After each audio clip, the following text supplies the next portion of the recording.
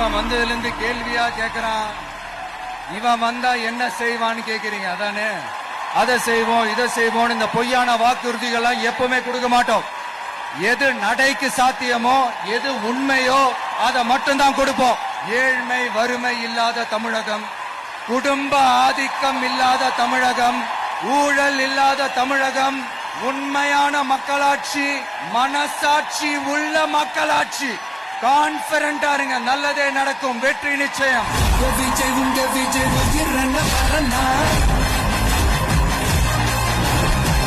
விஜய் உங்க விஜய் எளியவன் கொரோனா.